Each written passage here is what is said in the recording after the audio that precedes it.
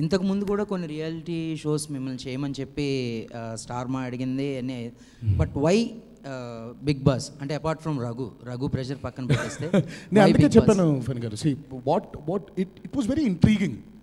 ఇప్పుడు తెలుసో తెలియకుండా మనందరం నేను ఇందాక చెప్పినట్టు సోషల్ మీడియా గ్లేర్లో పడిపోయాం. అందరికీ అందరి గురించి తెలుసుకోవాలని ఒక జిజ్ఞాస మొదలైపోయింది మనందరికీ.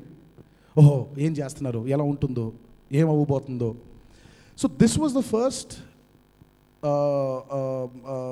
దాన్ని ఏమంటారు, the first push for me to accept Bigg Boss. And రెండోది, ఒక టీవీ షో హోస్ట్ చేయడం అనేది మామూలు విషయం కాదండి.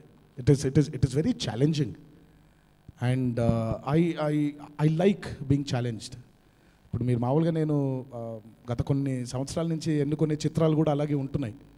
సో నాకు ఏదైనా సరే ఒక ఛాలెంజ్, అది సినిమాలే కాదండి, అది నా పర్సనల్ లైఫ్లో కూడా నాకు ఛాలెంజ్ ఉందంటే నాకు అది ఇష్టం.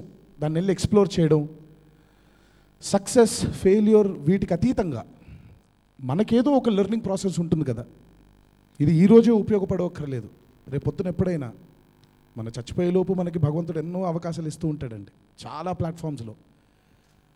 ఏదో ఒక లెర్నింగ్ ప్రాసెస్ ఉంటుంది కదా, ఏదో ఒకటి తెలుసుకుంటాం కదా, మంచో చెడు. సో ఇది ఎక్కువ ఇంట్రెస్ట్ ఉంది నాకు. So that's the main reason why I wanted to accept being a host for Bigg boss.